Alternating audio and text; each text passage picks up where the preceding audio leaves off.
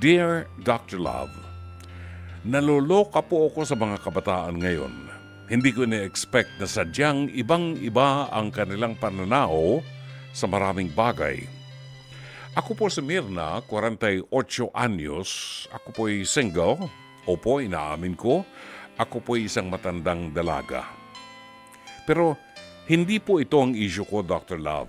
Masaya ako for being single at matagal ko na pong in-embrace ang katotohanan ito. Ang issue ko po ay ang pamangkin ko na kabilang sa tinatawag na Generation Z.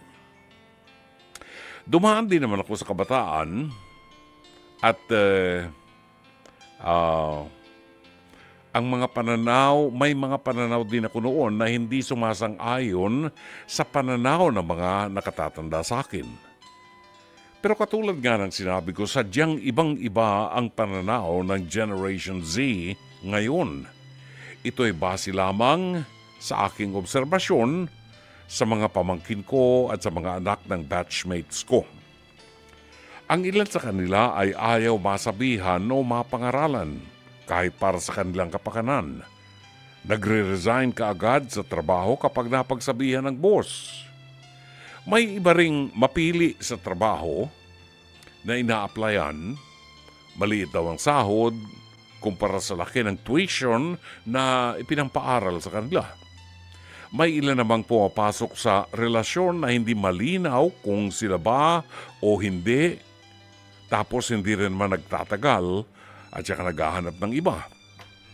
May iba namang ibinabase ang desisyon o takbo ng buhay batay sa mga nababasang quotes sa social media sa halip na ibase ang buhay sa mga salita mula sa Biblia. Hindi naman sa conservative ako, Dr. Love. The truth is, I am a cool tita, bubbly, cheerful, and life of the party. Ang sa akin lang, masyadong sensitive, inconsiderate, at walang sense of commitment, ang accountability ang halos nakakasalamuha kong Gen Z. Ewan ko ba, Dr. Love, minsan nawawala na ako ng ganang makisalamuha sa kanila dahil na uuwi kadalasan sa diskusyon. Inuunawa ko na lamang sila at ipinapanalangin, no choice eh. Hanggang dito na lamang po, Dr. Love. Thank you so much and Godspeed from Cool Tita of Manila, Mirna.